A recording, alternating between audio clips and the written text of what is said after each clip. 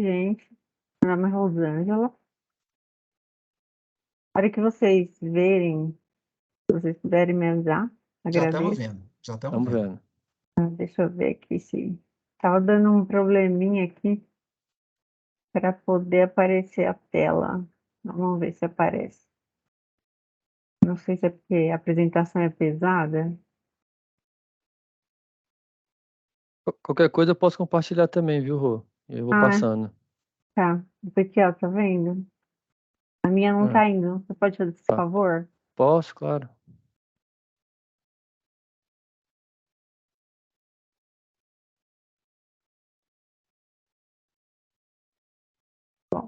Então, gente, boa noite. Queria agradecer a presença de todos vocês aqui hoje, para conhecer um pouquinho da UI e também desse desafio maravilhoso que o Felipe depois vai contar para vocês. Pode passar, por favor? Hoje está o Felipe, que é da área de Digital Data e Analytics, e eu sou Tech Recruiter de Talent Acquisition, e a gente está com essa parceria aqui hoje. Só para vocês conhecerem um pouco, a UI, ela está presente em mais ou menos 150 países, temos aproximadamente 300 mil colaboradores no mundo e 200 mil clientes no mundo. Temos algumas linhas de serviços, tá? De tecnologia, Assurance, que é mais auditoria, Consulting, Strategy Translations e impostos. Se vocês ficarem com dúvida em alguma coisa, no final vocês podem perguntar ou pode me interromper também, se eu estiver falando rápido também, fiquem à vontade. Então, o nosso propósito direciona tudo que a gente faz, construir um mundo de negócios melhor. Para os nossos clientes, apoiar o crescimento sustentável, ajudar a navegar pela era de transformação, garantir a transparência em tempos incertos. E para as pessoas, são 790 mil horas investidas em treinamento. Aqui dentro da UI, nós temos algumas certificações que são internas, que a gente chama de badge, e também tem as certificações de tecnologia de qualquer outra área que a pessoa tenha interesse em fazer, todas são gratuitas. A pessoa pode fazer, estudar o quanto ela quiser. Nós temos a UI Experience, mentoria e mobilidade. E para a sociedade, impactar positivamente 250 milhões de vidas até 2025 e nosso compromisso global de executivos com a diversidade e inclusão de estabelecer uma força-tarefa social para a equidade. A experiência excepcional da UI. Quando a gente entra aqui na UI, é traçada uma carreira. Então, nós temos um conselheiro que é uma pessoa que vai ajudar no seu desenvolvimento profissional, tá? Então, temos reuniões a cada 15 dias com essa pessoa, que é o seu conselheiro, que vai ver todos os gaps que você tem e onde você precisa chegar para se desenvolver profissionalmente. E também a gente tem o Buddy. O Buddy é um parceiro, um colega de trabalho que vai te ajudar em tudo. Você acabou de entrar, você não conhece ninguém, não conhece sistema, não conhece nada, cultura de empresa diferente. Então, esse Buddy, ele vai te ajudar a mexer em sistema, ponto, coisas do dia a dia, tá? O desenvolvimento de carreira, eu já falei, que são as badges. A gente tem um MBA aqui muito importante, que algumas pessoas conseguem fazer, que não é aqui, é fora, em Londres, que é esse Business Analytics, na Hult Business School. E nós temos uma universidade aqui dentro, tá? Com todos os cursos de graduação, pós-graduação, com um custo simbólico para quem quer estudar. Aí nós temos a área de infraestrutura em alguns escritórios. Aqui em São Paulo, perto do shopping Iguatemi, em JK, a gente tem o Wave Space, Analytics Hub, Cybersecurity, Hub para Neurodiversos, que é sensacional. É um projeto onde a gente contrata pessoas com autismo, por exemplo. Eu contratei uma pessoa e está entregando super bem, e os gestores estão pedindo pessoas com perfil parecido para ajudar cada vez mais. Também existe um apoio para a vida pessoal e propósito familiar. Tem UI Institute, UI Ripples e Counseling Family. Então, tem apoio psicológico, tem apoio jurídico, tem apoio financeiro, tudo isso sem custo, tá? Então, no Brasil, nós temos mais de 10 mil colaboradores, são 14 escritórios em 13 cidades. Aqui vocês podem ver que a gente está do sul até o nordeste, aqui, com vários escritórios, com esses 10 mil colaboradores aí. Temos várias iniciativas e conquistas também. A UI Institute, que tem uma missão de impactar a sociedade e capacitar pessoas com deficiência e pessoas que não tiveram oportunidade de estudar, que não tiveram, que não têm, né, uma situação econômica no mercado para poder entrar no mercado de trabalho. Então, a gente faz seleções, as pessoas estudam, fazem vários cursos e depois são contratadas pela UI. Tem esse outro projeto, o Woman in Tech, que é sensacional. A gente sabe que hoje em dia, em tecnologia, mulher é minoria, então a gente está tentando fazer uma equidade aí, fazendo um movimento para apoiar a educação de mulheres e meninas na área, incubando o potencial, inovando a capacitação de força e trabalho diversificada, ajudando a fechar a lacuna no setor de gênero mesmo. Nós ganhamos, volta para mim. Opa, desculpa, Rô. Imagina, nós ganhamos a UI Abilities, que foi como uma das 10 melhores empresas para se trabalhar com pessoas com deficiência pelo governo do estado de São Paulo. E também fomos eleitos a Unity LGBTI+, como uma das melhores empresas também para se trabalhar, tá? Então, a gente está aí no topo na lista das empresas mais atrativas para se trabalhar no mundo. Já falei de diversidade e inclusão, os melhores lugares de atratividade, aqui está repetindo, a nossa marca, ela está dentro dos top 10 global, e também de toda a parte de desenvolvimento que a gente tem, consciência de todos os colaboradores que estão aqui dentro da UI. E tem várias coisas dentro da UI Tech que muitas pessoas não conhecem, né? Porque a UI, ela é conhecida mais a parte de auditoria. Então, eu vou falar um pouquinho para vocês. A gente chama de LAS porque são 5 países: Brasil, Argentina, Chile, Uruguai e Paraguai. São 3 mil pessoas, 1.800 estão aqui no Brasil.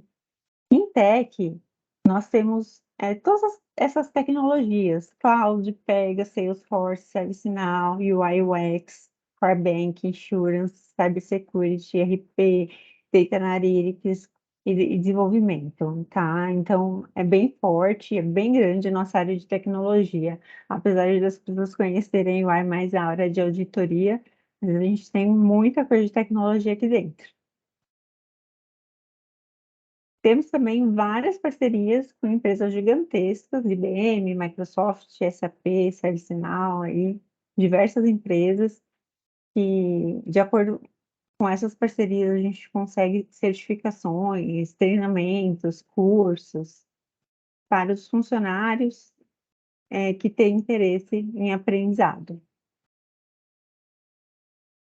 Aqui dentro da UI existem planos de carreira, tá? São divididos em duas partes. Eu já trabalhei em diversas empresas, tá, gente? Eu estou no mercado aí já faz um tempinho. E o plano de carreira nessas outras empresas nunca funcionou, assim, na minha visão. E aqui funciona.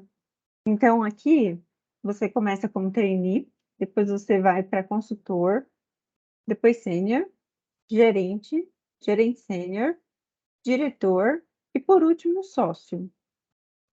É claro, existe avaliações de performance, a pessoa não vai subir de cargo do nada, a gente trabalha bastante. Só que existe sim o plano de carreira e funciona, tá? Pode passar. E aí a gente tem um outro plano de carreira que é Service Delivery Center, que é para quem não tem interesse em gestão. Então, assim, eu sou da área técnica e eu não quero liderar, eu não tenho interesse. Eu quero continuar desenvolvendo, quero me aperfeiçoar. Então, a pessoa ela começa como técnico, vai subindo, vira um especialista e depois vira um master, que aí seria o expert. Ou também, se ela tiver interesse, ela pode seguir a carreira de trainee, consultor, consultor sênior, coordenador, gerência e gerência sênior. É, tudo isso é reconhecido conforme o perfil do profissional, é valorizado. Aqui dentro a gente tem várias iniciativas. Se você desempenhou um bom trabalho, tem aplausos. Se você fez um trabalho excepcional, tem ovation, que é um valor considerável em dinheiro no seu salário no fim do mês. Então, bem interessante. Pode passar. Aqui são os QR Codes que vocês podem se inscrever nas vagas de TechBiz, dar uma olhadinha lá se vocês têm interesse ou não, e também de Tech em geral. Depois eu vou colocar o link no chat.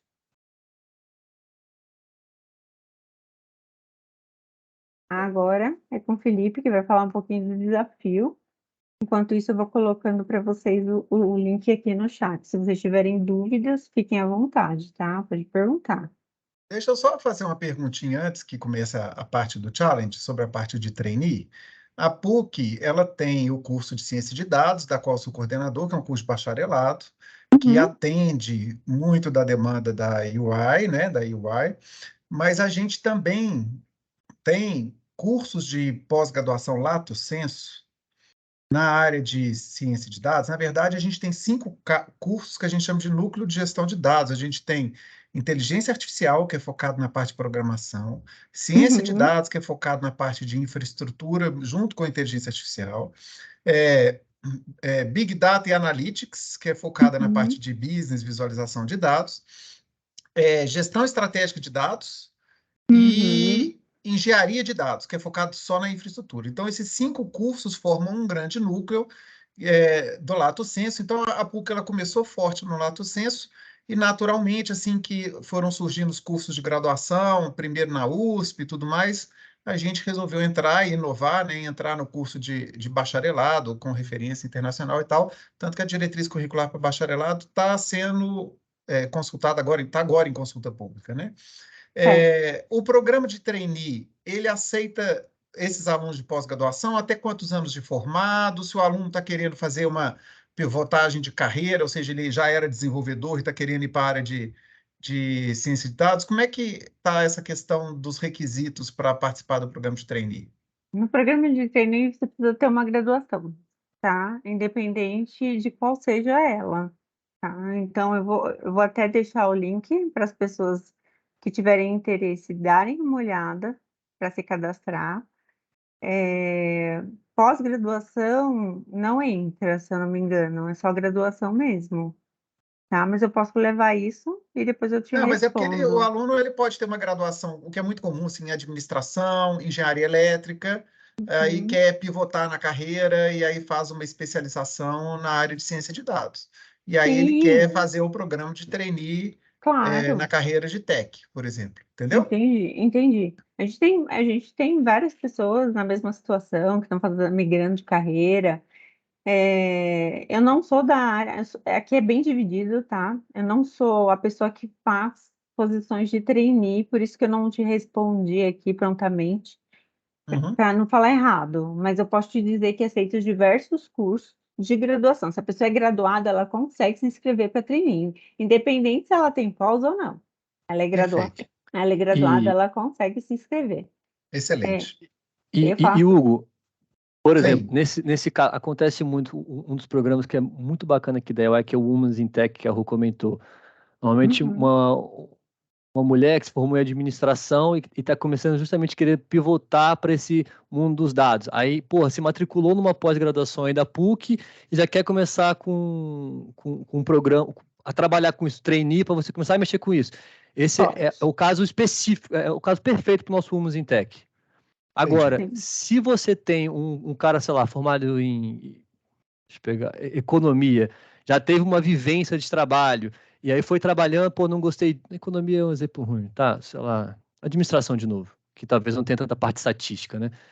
Fez administração, trabalhou, tal, foi fazer gestão em empresa, tal, não gostou, falou, cara, quero bombar em dados. Comecei a programar, estou gostando com isso, vou entrar numa pós. A Rô, acho que tem o link até de cargos mais sêniores disponíveis aqui na EY. A Sim, procura por sim. profissionais que trabalham com tecnologia, com dados, tem É crescido gigantesco. muito.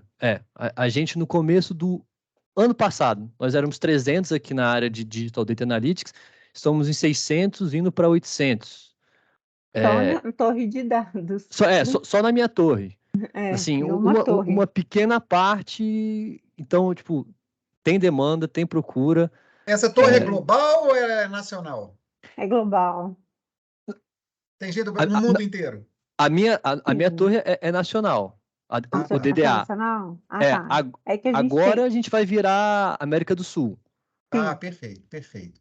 Aqui, ó, nós temos o Bruno Kelsen com a mão levantada, querendo fazer uma pergunta dessa primeira parte. Eu acho que podia fazer de uma vez, que aí a gente já entra na parte do challenge, né?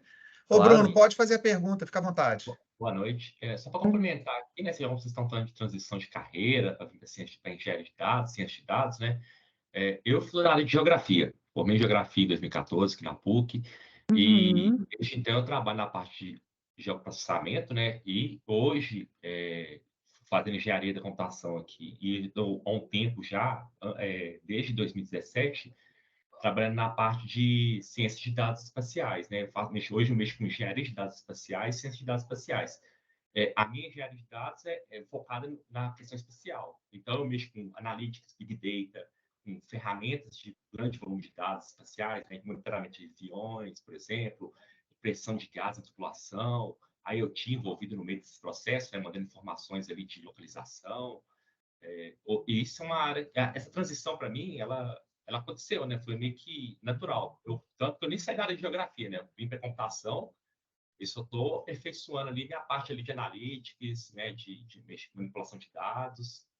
Mas é bem interessante ter essa possibilidade de a pessoa, né, migrar migrar e hoje uma coisa que eu tenho visto muito, que o conhecimento transdisciplinar ele é muito importante na parte de dados. Pessoas de outras áreas que têm outras visões colaboram demais. Nós temos vários exemplos, a gente tem muita oportunidade júnior para quem está fazendo essa transição de carreira, vários exemplos que foram contratados o ano passado, tá? Até no começo do ano, agora em janeiro, eu contratei uma pessoa que é júnior e está fazendo transição de carreira também. Ela fez direito e não gostou, não rolou, e começou a estudar dados e deu muito certo, e ela está trabalhando com a gente. Então, é só ficar de olho nas oportunidades que eu vou colocar aqui para vocês, e se inscreverem, e aí o perfil de vocês serão avaliados. Caso dê match, a gente entre em contato com vocês para participar da seleção, e dando tudo certo, vocês fazem entrevista com o gestor, e dando tudo certo, vocês são contratados. E Viram vem ser feliz UI, vem aqui. pro lado amarelo da É a força. Mara da Força. Ô, Brunão, pô, tu é geógrafo e manja de dados. Tu tem que ganhar esse desafio aqui, sem pressão pra você, tá? Mas se Pois você não é, estiver em São Paulo com a gente no final de junho pra ser premiado, eu vou pois ficar é. indignado, eu vou cobrar o Hugo aqui. Ele não sabe no que você é formado, né, Felipe? Agora ele vai saber. Nós vamos montar umas equipes aqui, você vai ver, nós É. vamos mentorar umas equipes aqui. Então vamos lá, ô Felipe, fica à vontade aí agora para a gente começar então sobre a parte do challenge. Tá ótimo. Bom, vou começar só me apresentando, porque o tema de transição de carreira ficou interessante. Eu sou engenheiro ambiental, tocava obra no interior do Tocantins, vim fazer uma mestrado na engenharia mecânica, na parte de energia e meio ambiente, onde eu entrei no mundo dos dados, e aí tive uma oportunidade aqui na UI e me juntei aqui ao lado amarelo da Força em 2021. Hoje eu estou aqui como gerente da parte de Technical Consult, né, na parte de Digital Data Analytics, mais específico dentro desse nosso mundo aqui, na torre de software. Tá bom? Então, hoje eu vou falar um pouquinho do nosso Data Challenge. Então, trouxe para vocês o histórico dos challenges, falar um pouquinho do que aconteceu, por que a UI faz isso. Vou dar uma contextualização do desafio desse ano, entrar de fato no nosso desafio de 2023, o roadmap desse desafio, e no final vou falar um pouquinho do Centro de Ciências do Agronegócio, que é o projeto que eu toco hoje aqui na EY, que eu lidero a parte de inovação e da parte de tecnologia, e tentar explicar para vocês como agro e tecnologia, cara, andam lado a lado desde os primórdios dos tempos, tá bom? Se tiver alguma pergunta, por favor, pode me interromper a qualquer momento, não tem problema nenhum. Acho que quanto mais interativo isso aqui, melhor. Eu só vou pedir para me avisarem, porque eu não estou vendo vocês, tá bom? A telinha da mão levantada. Então, vamos lá. Começando. Bom, o que é esse movimento da EY, pessoal? O Open Science é um movimento para tornar a pesquisa científica acessível a todos os níveis da sociedade, amadores ou profissionais. Então, a EY, entendendo, né, um pouco dos Objetivos de Desenvolvimento Sustentável das Nações Unidas, todo ano, junto com a Microsoft e com a Cornell University, ela se junta e monta um desafio global, sempre vinculado a um dos Objetivos de Desenvolvimento Sustentável, né? Então, isso é até uma forma da EY tentar retribuir o que ela pode para a sociedade, né? Então, eu adoro essa parte desse hackathon, porque um pouco mais para frente, não quero dar spoiler, eu vou falar da parte dos cursos, que é o que eu mais gosto desse desafio, é as ferramentas que a gente disponibiliza em parceria com a Microsoft para vocês se capacitarem.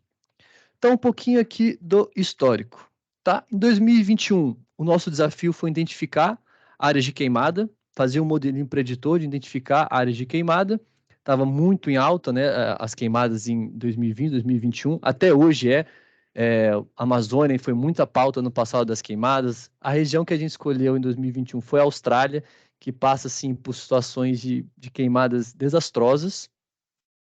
Em 2022, nós tivemos a meta de como vamos preservar a biodiversidade com clique de botão. Também foi com imagem satélite, você tinha que identificar esse sapinho que está aí na tela de vocês. Esse sapinho ele tem um critério super importante no índice de qualidade da biodiversidade da região. Então, se você conseguisse treinar o seu modelinho bem bacaninho para identificar esse sapo, você conseguia fazer um rating de como estava a fauna e a saúde daquela região. E o tópico de 2023, um tópico super importante, super pertinente, como que iremos coletar dados para ajudar a resolver a fome do mundo, pessoal, tá? Ainda hoje, nós temos mais de 800 milhões de pessoas que vão regularmente para a cama com a fome. Estamos vendo a situação do Brasil, pandemia, com o caos, a fome também aumentou aqui no mundo. E como que nós podemos usufruir do nosso poder, da nossa tecnologia para ajudar a combater a fome no mundo? Eu trago um pouquinho desse dado aqui do passado, que eu gosto de fazer uma contextualização. Se você pega o mapa de população, de crescimento da população do mundo, você tem duas quedinhas. A primeira queda, você pega do mundo inteiro. Primeira queda, Primeira Guerra Mundial, morre muita gente. Segunda Guerra Mundial, morre muita gente. Então você vê o gráfico dando uma caidinha para baixo. Quando você dá um zoom só em Ásia e China, você não vê essa queda tão gritante, você ainda vê aqui, tá? Beleza, em 1950, mas tem um ponto específico aqui para a gente linkar com a parte da fome. Lá por volta de 1960, na China, o imperador Mao Tse-tung, ele lançou o programa Grande Salto Adiante. O que ele fez? Ele juntou lá o time dele, eu não sei se ele escutava muitas outras pessoas, mas ele pensou o seguinte: população da China, vamos sair dos campos de produção de arroz e vamos procurar ferro nas jazidas. A gente precisa se desenvolver, a gente precisa de ferro para produzir. Chega desse papo de plantar arroz. Vamos caçar ferro. O que aconteceu? O grosso da população camponesa da China largou o plantio de arroz, foi procurar ferro. O ferro era de péssima qualidade quando foi encontrado, não servia nem para fazer ferramentas simples. A população morreu de fome. Não tinha arroz o suficiente para alimentar a população. Também tem um fator climático da época também, que não choveu o suficiente, arroz precisa de muita água. Enfim, o fato foi que mais de 30 milhões de pessoas morreram de fome na China nessa época. É um dos maiores episódios que a gente tem registros de canibalismo na história do mundo. Para você ver como dados poderiam ter ajudado mal. Se perguntasse para alguém aqui do time do Hugo, cara, será que você vai conseguir produzir tanto arroz se você tirar tantos trabalhadores do campo? Com certeza você falar, mal, não faz isso não, que isso é furado. Ou, pensando até na parte de mineração, saindo um pouquinho do agronegócio, cara, será que essas jazidas de minério aí tem esse ferro de qualidade? Não vale a pena fazer um extrato, não vale a pena fazer um sobrevoo de drone e ver o potencial que tem aí? Enfim, Hoje em dia, graças a Deus e aos cientistas, a gente tem tecnologia de solo para não errar tão feio, né, como o mal errou. E aí, por que a gente está querendo bombar tanto esse desafio aqui no Brasil? Porque o agro mexe o Brasil. O agro, a gente somos uma potência global, uma potência mundial no agro, né? Somos o primeiro em produção de soja, em carne bovina, em carne de frango, café, açúcar, suco de laranja. Suco de laranja foi surpresa para mim, achava que era Estados Unidos, mas somos nós. Nós somos os maiores produtores de suco de laranja. Segundo em milho e segundo em algodão. E a gente tem que produzir mais, gente. A gente tem que produzir mais se a gente quer atingir, se a gente quer conseguir alimentar essa população que ainda vai crescer. Então a gente tem metas de aumento de produção global em 1,1% ao ano, de soja, milho, açúcar, proteína animal e outros. E no Brasil a gente tem que aumentar ainda mais a nossa produção. Então a gente tem que tornar o nosso agro mais eficiente. Como que a gente torna esse agro mais eficiente? Com tecnologia. Tá? Com pesquisa, com desenvolvimento, com capacitação de pessoas, com vocês, comigo, com a Rô, com o Hugo, se especializando, estudando, treinando e dando algum jeito de tornar os nossos processos mais eficientes. E qual é a particularidade do nosso agro, pessoal? O Felipe, o agro brasileiro, ele é eficiente? Ele é o malvado? Ele é o bonzinho? Ele é o vilão, herói?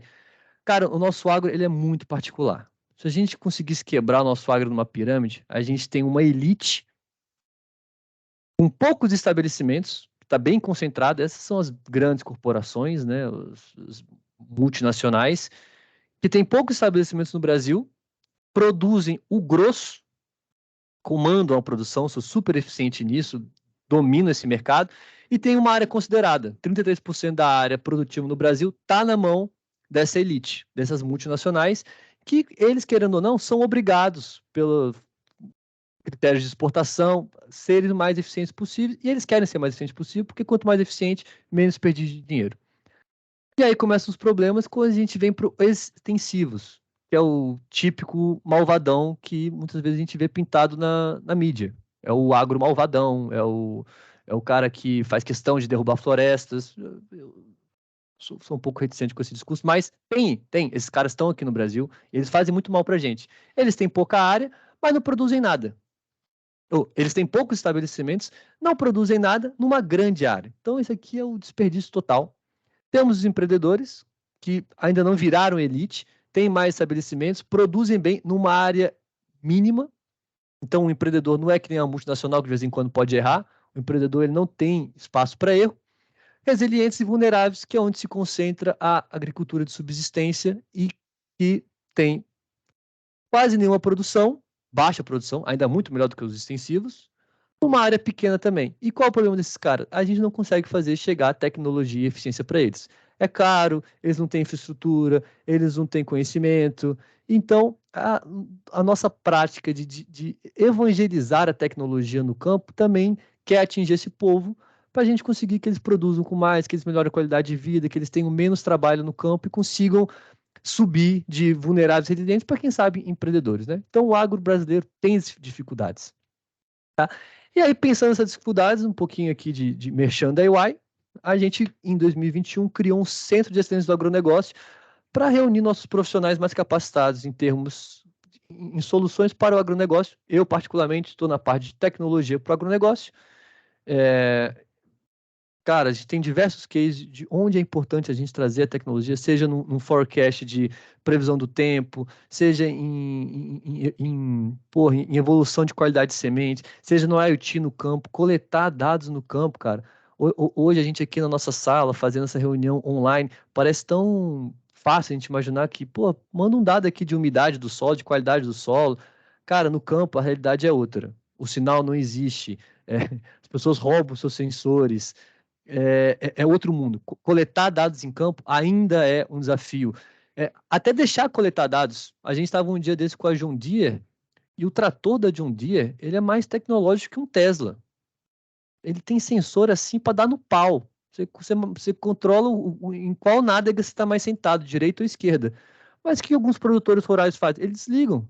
Eles desligam o sensor porque eles não querem que estejam coletando dados, porque eles não sabem o potencial que esses dados podem trazer para eles na produção. Então, a gente também tem um papel importante de evangelizar um pouco de como a tecnologia pode melhorar a vida do campo e a agricultura brasileira, tá? Aqui nesse QR Code tem a nossa página aqui do CEA, tem alguns artigos que a gente já publicou lá sobre inovação, tecnologia, IoT, desafios. Quem tiver interesse também, vale a pena dar uma olhadinha lá nos artigos, deixe um like, tá? E vamos voltar aqui para o nosso desafio. O que dentro desse combate à fome do mundo, o que a gente vai fazer esse ano? Tá? Esse ano nós vamos identificar áreas com plantio de arroz, tá bom? Aonde? Ah, no Brasil? Não, não é no Brasil. Se você pegasse imagens satélites do Brasil, talvez o Bruno já tenha pegado aí, e você fosse ver o plantio de arroz no sul do país e comparasse com o plantio de arroz no norte, tu ia falar que é outro planeta, de tão diferente que é.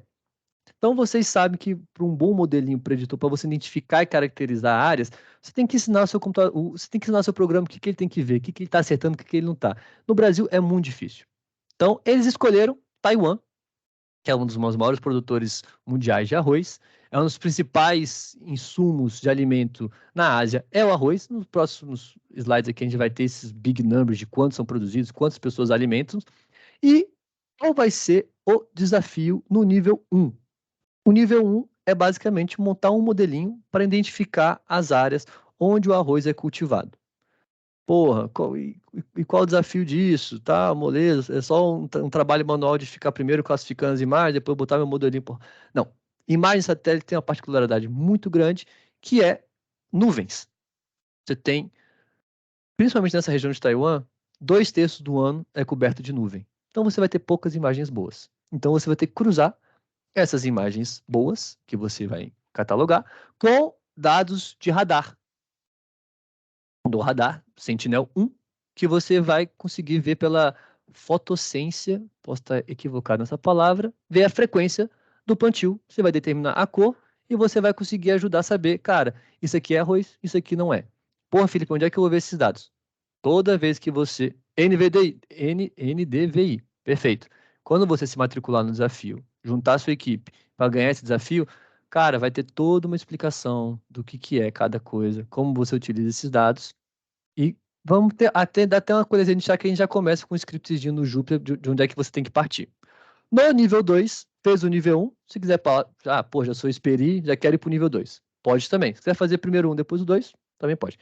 Nível 2, além de você identificar a cultura de arroz, você me faz um forecast de quanto de arroz vai sair ali. Qual é a previsão de rendimento daquela área. Tá bom? Aumenta um pouco o desafio. Muito legal também. Aumenta a premiação também. E o que é o mais bacana? O que eu mais gosto desse desafio é a trilha de capacitação. Cara, Felipe, eu acabei de me matricular aqui na pós da PUC. Minha primeira aula hoje. Cara, eu nunca nem ouvi falar de modelo preditor. Nunca abri um Júpiter.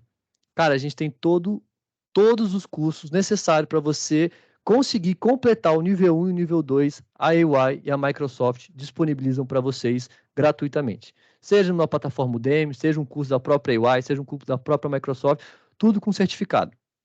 Tá? Então, cara, tá bom, eu manjo muito de programação, Jupyter, Python eu domino, sklearn, então eu durmo com ele, de tanto que eu conheço, mas não entendo nada de arroz. Tem curso explicando arroz, tem curso explicando como uma imagem de satélite, tem tudo que você precisa para aprender e resolver esse desafio, tá bom? Então, só algum dos big numbers aqui, por que a produção do arroz no Vietnã? O arroz é um alimento básico para 4 bilhões de pessoas, mais da metade da população do mundo, então arroz é muito consumido. Eu sei que pode ter uma galera aí que é carbo zero, né, fitness, mas o arroz mexe o mundo. As pessoas se alimentam de arroz. É preciso cultivar arroz, tá? Então, por isso que foi escolhido. O Vietnã é o quinto maior produtor de arroz em casca do mundo e também é um dos países mais vulneráveis às mudanças climáticas, né? Então, escolhemos lá, além também do plantio lá ser um pouco mais fácil de identificar. Eles não falam isso, mas se a gente compara a nossa imagem satélite com a deles, eles deram uma facilitada. Podia ser aqui no Brasil que aí o bicho ia pegar, tá? Então, vamos lá para a jornada do participante. Estamos aqui ouvindo sobre o desafio. Vocês, quando acabar esse desafio, vão se registrar aqui no link, vão formar suas equipes, pode ser até de 4 pessoas, tá bom? Ou individualmente também, se quiser encarar sozinho. Recomendo em 4, porque como é um desafio aberto, a gente quer divulgar as ideias, conversar, trabalhar em equipe. É um dos umas coisas chaves do profissional de hoje em dia, é saber lidar com pessoas, tá? Você pode ser o monstro da estatística, você sabe tudo de modelagem, mas se você não tiver paciência com um trainee que vai fazer o seu modelo ficar rodando, não vai funcionar. Então, trabalhar com pessoas é importante, ainda mais aqui na tecnologia, tá? Se cadastrou, fez sua equipezinha, começa a aprendizagem, faz os cursos de Python, Machine Learning, processamento de imagem, SQL, Deep Learning, vai ter tudo lá. Curso sobre plantio de arroz, fotossciência, tudo tem lá. É estimado que o nível 1, você, matei a matriz de aprendizado, você resolve ele em 30 horas. Nível 2, em até 50 horas. Você vai enviar seu modelo, submissões revisadas, a gente vai corrigir, escolher o melhor modelo e anunciar os vencedores em junho de 2023. Uma coisa importante é que estamos já no meio do desafio, estamos entrando aqui no mês de março, e a data final para submeter os seus modelinhos já treinados é dia 31 de março. Então, quanto antes vocês começarem, melhor, para dar tempo de vocês revisarem, passarem pelo Hugo, tá bom? Será que não dá para dar uma otimizada em alguma coisa aqui? Hugo, não ajude muito, mas vocês têm até dia 31 de março para conseguir completar esse desafio. Ah, e importante, quem pode participar? Todo mundo pode participar. Todo mundo pode participar. Sua mãe, seu tio, qualquer pessoa que tem interesse no termo de tecnologia. Quem pode ganhar, Felipe? Tem premiação? Tem premiação. Você pode ir para Londres. Você pode acabar indo para Londres, a premiação global. Viajar lá para EY London, tirar onda, receber a certificação, ganhar acho que é $5.000. Eu não sei, cravaram já o dinheiro, Rô? Não, ainda não. Ainda não, né? Não. Mas só viajar para Londres já é mais caro que $5.000, deve ser por aí. Exatamente. Mas acho que é em euro. É euro, né? É. Tá. Mas também tem uma premiação aqui no Brasil. Quem ganhar aqui no Brasil vai para o escritório de São Paulo, que é bem bacana também. E quem pode ganhar? Aí, esse é um particular. A gente só vai corrigir e submeter para vencedores pessoas, estudantes que estão até 2 anos de formados ou contratados, na recém-jornada de trabalho, né, Rô? Alguma coisa por aí, tá bom? Isso, porque não seria justo, né? Então o Hugo não vai poder ganhar esse desafio, porque senão seria injusto. Mas acho que dar uma mentoria, dar uma ajudada, não faz mal nenhum. Ele só não pode ganhar, tá? Então, era isso que eu queria falar para vocês. Vou abrir para perguntas, dúvidas. E no finalzinho também, quem puder, né, Rô, Aham. responder essa pesquisa de satisfação, vale muito a pena para a gente, para ver se a gente não está falando muita besteira aqui para vocês. Se vocês estão gostando do conteúdo que a gente traz, eu e o Rô, a gente está numa agenda de levar esse desafio para quanto mais gente possível, porque a grande ideia, o que me motiva a estar aqui com vocês, é abrir essa oportunidade do aprendizado. Tem muito curso bom lá, de graça para vocês, pessoal. Tá bom? Então, obrigado. E fica aberto para perguntas, né? Se alguém ficou com alguma Isso. dúvida. Eu vou deixar até compartilhado aqui para as pessoas entrarem na pesquisa de satisfação. É bem rapidinho, gente. É muito importante para a gente. Eu deixei no chat isso também. Ah, ótimo. Então, eu vou trazer aqui de volta, talvez esse aqui. Deixar esse aqui aberto, dos níveis 1 e 2, e vamos para as perguntas. Um de cada vez. Ó, Ana aí. Tá. Então, a Ana Paula foi a primeira a levantar a mão. Os demais que tiverem interesse vão levantar a mão. Eu tenho perguntas também, mas deixa o público fazer primeiro, depois eu faço. Ana Paula, pode fazer a pergunta. Ok, boa noite. Boa noite, Rosângela, professor Hugo e Felipe. Boa noite. Então, eu sou formada em Ciência da Informação, mas tem um tempinho já que eu formei em 2006, e resolvi encarar novo desafio, que eu estou fazendo sistemas de informação. Então, eu estou entrando no terceiro período. Esse semestre estou no terceiro período. E aí eu fiquei em dúvida se eu posso ou não fazer, né, começar também esse desafio, né, perdão, ainda eu tenho dificuldade de falar essas palavras, os novos, que eu estou começando agora, de entrar nesse programa. Não sei se eu estou falando certo. Não, perfeito. Você entendeu, Rô? Sim, entendi. Ela pode, né, Felipe? Apesar de Total, formada, Ana. ela está iniciando sistemas de informação. Faz muito tempo que ela se formou, acredito que não tenha problema. Ana, o caso é o seguinte: você quer saber se você pode participar da premiação. Participar do Se ela programa, pode você participar. pode demais e deve. Aham. E, por favor, participe, tá? Agora, da premiação, como você já está indo para uma segunda graduação e você formou em 2006, né? Já tem um tempo, então você não poderia participar da premiação, tá? Mas do programa, do desafio, dos cursos, tudo isso você pode. Essa foi a minha dúvida, isso mesmo. Mas eu quero mesmo, na verdade, agora é aprender. A oportunidade que eu tiver para aprender, eu quero. Então, o que tiver na minha frente, eu vou encarar. Mas muito obrigada, viu?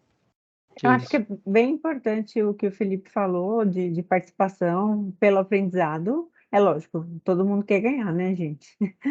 Premiação é sempre bom, mas quem participar vai ter um aprendizado gigantesco nessa área. E com certeza vai fazer muita diferença.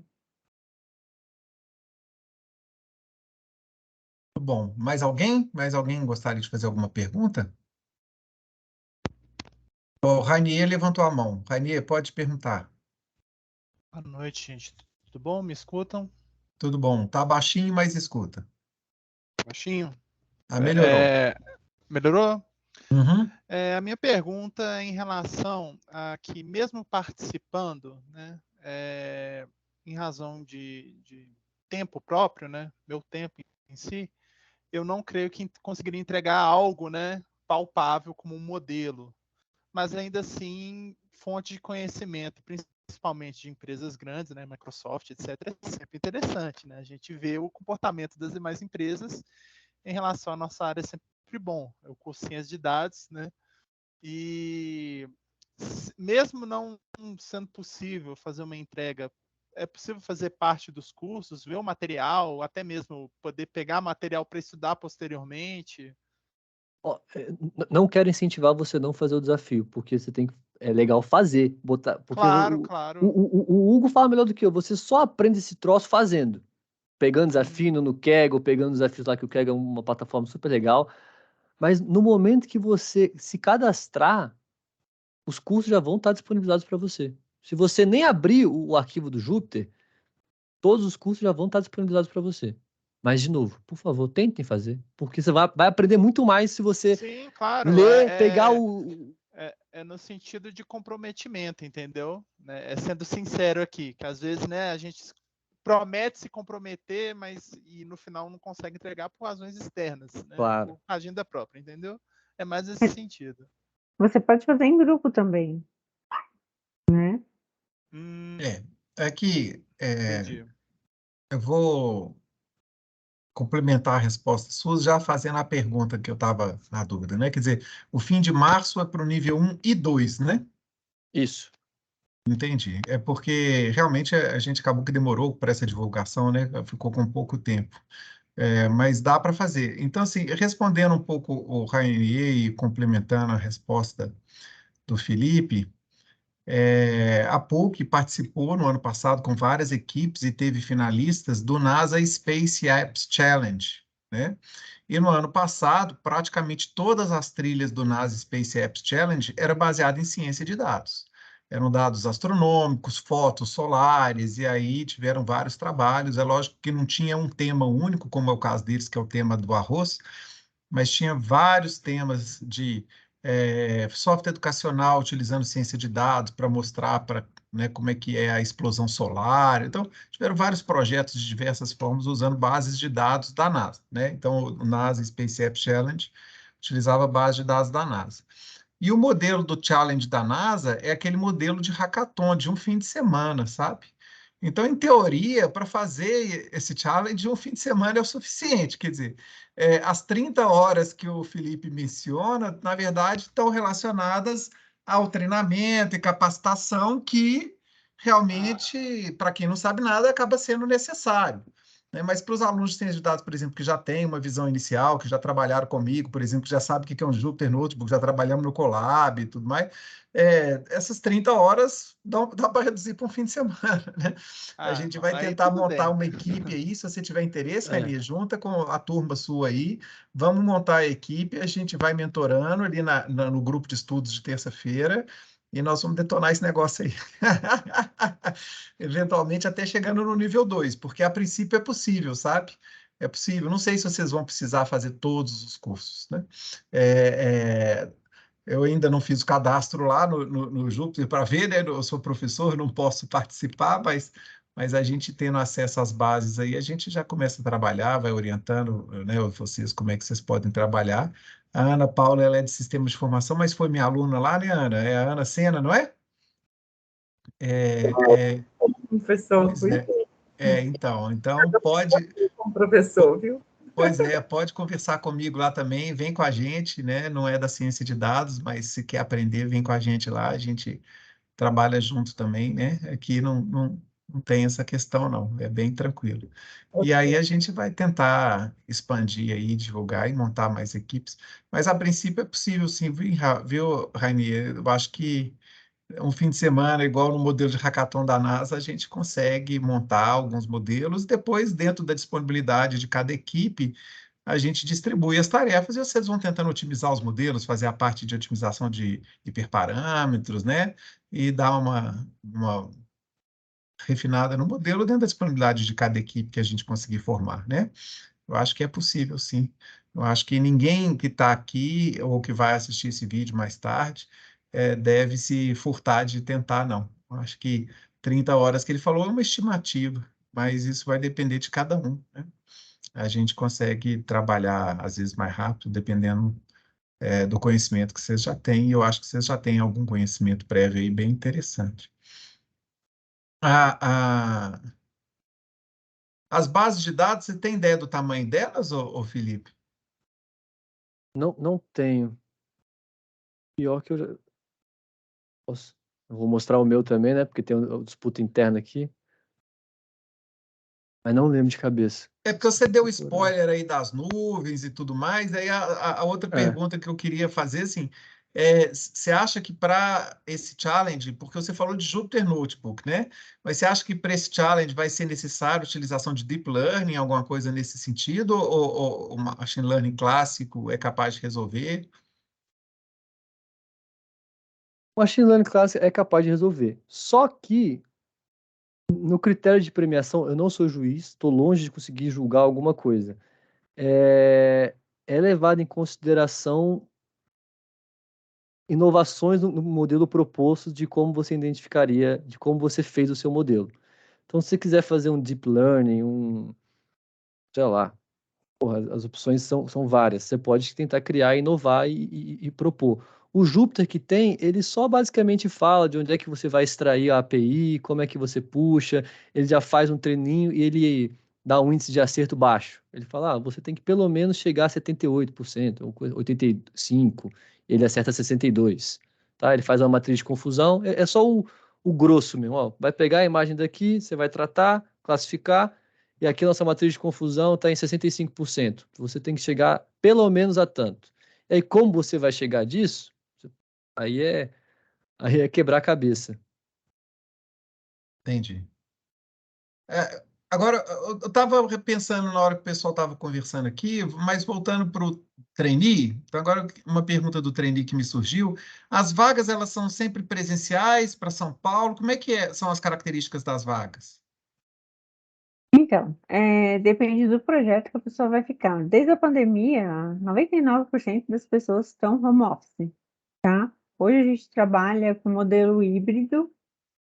O contrato vai ser sempre presencial com flexibilidade. Mas eu, por exemplo, a minha área não tem necessidade de estar no escritório. Então, eu vou uma vez por mês numa reunião que a gente tem com o time todo no escritório. Mas depende do projeto, tá? Eu não posso te dizer que a pessoa vai ficar home office sempre, depende do projeto. O treino com certeza vai encostar em alguém, num sênior, para aprender, ele não vai ser largado lá, né? Mas a gente tem Teams, tem várias tecnologias, tem Zoom aí que dá para conversar no dia a dia. A gente utiliza muito o Teams aqui dentro para tudo, né, Felipe? O dia inteiro. O dia Pingando inteiro, aqui. o dia inteiro. É como se a gente estivesse no escritório mesmo. É, Mas eu É, posso te dizer que hoje, ah, mais de 95% da equipe está home office. entendi. Só para complementar, até, Hugo, eu tô com o objetivo de até o final do ano eu conseguir rodar em todos os escritórios da UI. Tô chegando lá, ainda não fui em todos, BH tá na minha lista, ainda não fui em BH. Mas a gente tá com até que a gente tá tentando contratar uma pessoa, a gente tá com duas formatos aqui. É o híbrido, tá? E tem a contratação full remoto, que é um diferente tipo de contrato, tem toda a parte legal que você tem que especificar algumas coisas bem detalhadinhas do remoto, mas tem esses dois formatos. Para o híbrido, Mas que é o meu caso, o full de- remoto ele foi abolido pelo jurídico. A gente teve uma reunião semana passada e agora todos os contratos eles é vão híbrido. com presencial, com flexibilidade. Porque se tiver full remoto, a pessoa não pode participar nem da festa. Ela não pode ir no É, escritório, numa reunião, entendeu? Ela não pode ir até o cliente. Então, aí tá. tem várias questões jurídicas que acabam barrando. Por isso que o contrato vai sempre como presencial, com flexibilidade agora. Antes a Ótimo. gente tinha o formato escrito híbrido ou full remoto. Mas é uma Agora questão não. formal jurídica mais, né? Mas o Sim, modelo de mas trabalho o modelo assim o atual, modelo é flexível, né? sim, o modelo atual é É, flexível e eu não sei a área do Felipe, mas a minha área inteira está home office. A gente vai uma vez por mês só numa reunião e quem está em outro estado participa pelo Teams. entendi. Muito bom. Muito bom. Mais alguém, pessoal? Nós já estamos caminhando para 8 horas, que era o horário previsto para o término, mas nós podemos estender um pouquinho. Aí, ó, o Guilherme Guilherme Lage e o Bruno. e o Bruno. Guilherme, primeiro, né? Levantou primeiro. Pessoal, boa noite, professor Hugo, boa noite, Felipe, Rosângela. Me desculpe se eu estiver fazendo uma pergunta, algo que já foi falado, porque eu entrei um pouco atrasado, mas como que eu faço o cadastro para participar desse desafio? Onde que eu acesso ele? Eu coloquei um link no chat. Você colocou também? Felipe, Eu, deixa eu eu, ver. eu não coloquei, não. Ah, não, você só colocou o QR Code. Tem como colocar o link? Vou É, compartilhar no, aqui no. Ou compartilhar o QR Code no novamente? chat só tem os Só do tem. trainee, né? Isso. Eu Tem, tenho. tem as vagas de tecnologia e TI, Mas o QR verdade. Code que o Felipe apresentou, eu até acessei ele, mas é só a pesquisa de satisfação. Só a apresentação. Eu vou botar aqui o link. Quem foi que fez a pergunta? Foi o Guilherme Lage. Porra, Guilherme, obrigado, hein, cara. Ainda bem que você lembrou a gente. É, Não estamos verdade. trazendo o mais importante. Botei aqui no chat, tá? A página do desafio. Lá tem um pouco mais de detalhes. Fala um pouquinho também dos desafios passados, se alguém ficar curioso. Tá? Lá você consegue fazer seu cadastro e se registrar tal, e ter acesso a todos os treinamentos, a base de dados, esses documentos explicando um pouco mais de cada parte do desafio. Todos, Maravilha. todos têm É, acesso a esse chat aqui da reunião, Hugo? acredito que sim. É, Acredito que sim. Todos os membros da PUC, com certeza absoluta, né? Agora, alguns entraram aqui como convidados externos, às vezes eles não logaram com o usuário da PUC, né? Esses que entraram como externo, eu não tenho certeza. Mas aí a gente faz uma ampla divulgação aqui na PUC do Challenge, né? A gente vai fazer divulgação nas nossas redes sociais também, e os meus alunos já estão cientes, nós já estamos trabalhando para poder montar as equipes e dar a mentoria, pelo menos para eles cadastrarem as equipes e darem um start no projeto, entendeu? Então, assim, não te preocupa não que nós não vamos fazer para eles, não, nós não temos nem tempo para isso. Mas então, eu acho que não vai ter problema, não. Todo mundo vai conseguir acessar. maravilha. Acho que é o Bruno agora, né? Ah, é o Bruno. O Bruno tinha levantado a mão. É, Só Bruno. encerrando aqui, você fez um trabalho lá na parte de ciência de dados com questão de incêndios florestais, né? Também utilizando imagens satélite. Seria, mais ou menos, eu fiz um trabalho parecido quando eu estava me preparando lá para o mestrado na Federal, E aí eu fiz com Júpiter também, né? Pelo que eu vi aqui, esse trabalho também aqui, né? Identificando trabalho em cima de mais satélites, seria a mesma lógica, né? Vai ter as imagens lá, eu vou implementar ali um deep learning em cima ali para analisar as imagens, pegar os padrões ali e assim fazer o estudo lá, estiver lá no desafio, correto? Correto. Tem algumas pegadinhas e umas gracinhas no caminho. Uma são as nuvens, que você vai ver que você vai ter Sim. problema com elas, e outra é você cruzar com as informações do Sentinel-1, né? Que são dados de radar, que é com frequência. Vai ter que ver Uhum. a frequência que bate para cada tipo de cultura, qual é a do arroz, em qual ciclo produtivo que ela está, para cruzar com aquelas informações das imagens de satélites Sim. de qualidade. Então, você vai Vai ter ter essa... banda 1, banda 2, banda 3, né? Perfeito. Sim. Eu tenho feito muito esse trabalho assim. Hoje eu faço com a ferramenta do ArcGIS, né? Eu uso o ArcGIS Deep Learning e eu faço todo o pré-processamento da imagem, né? Quando eu tenho que fazer, eu faço o pré-processamento, então eu faço toda a separação de bandas, eu faço todo um tratamento na imagem primeiro, para depois sim aplicar algum modelo, alguma ferramenta tipo um Jupyter ou um script, alguma outra ferramenta para fazer uma análise espacial em cima, sabe? Hoje em dia eu tenho feito, normalmente eu parto do processamento delas todas. Eu deixo tudo, tipo assim, tudo mastigado na imagem para poder extrair os dados de interesse. Eu acho uma forma interessante de fazer. E eu tenho trabalhado muito com a ferramenta do ArcGIS, né? A ferramenta do ArcGIS, ela também tem um deep learning hoje que é muito grande, né? Então, por pixel ali, você faz toda uma análise da imagem, e ele já separa para você os recortes das imagens, depois você joga no modelo, ele gera tudo para você. Ele te traz ali toda uma estrutura de dados, depois você faz suas estatísticas em cima da tabela. Muito interessante também. Então, tem um ganho de tempo muito grande para trabalhar com processamento de imagens assim e de dados nesse nível. Os avanços, né, dessas ferramentas de geoprocessamento, pô, eu lembro quando eu estagiava no ICMBio, que era no QGIS, que a gente tinha que identificar áreas de polígono de desmatamento na região de Tapajós. Porra, a ideia era justamente automatizar lá atrás, quando passava o satélite, achar esses polígonos de tamanho tal, para avisar, ó, desmatamento começou, aciona a equipe em terra, bota colete e vamos para mata. Sim. O Não, que é hoje, isso? hoje 2000, se sei eu lá falar essa quanto. coisa, se o satélite passar lá agora, você já pega a imagem, você já gera isso em 1 hora. 1 hora você está com todas as áreas de desmatamento que estão avançando numa região. Interessante. Ô, gente, mais alguém pergunta, porque nós já estamos caminhando para o final da reunião, aí vai dar 1 hora certinho, mas alguém tem alguma dúvida específica aí do challenge ou do programa de trainee?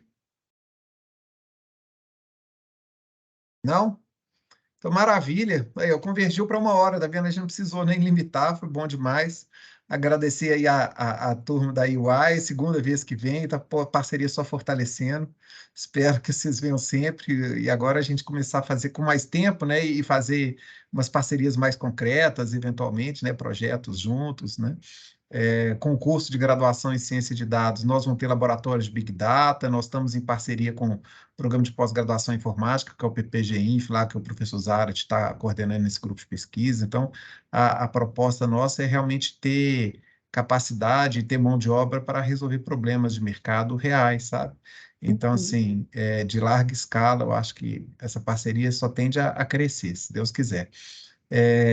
Então, agradecer a vocês dois, muito obrigado. Vocês gostariam de fazer uma consideração final aí?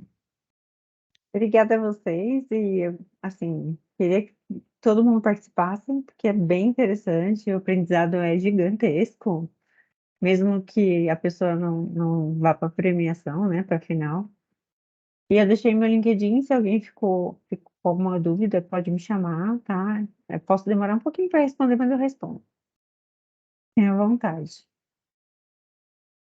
Só dar um feliz Dia das mulheres. Parabéns, Rô. Obrigada, Parabéns, Felipe. Ana, que se falou aí. Não sei se tem qual é o nosso público aqui, mas um beijo para todo mundo Rafaela, aí. Ana Paula, Aproveitar que fica gravado, obrigada. né, Hugo? Deixar registrado aí Pois também. né? Não tava nem lembrando. Mas muito bom.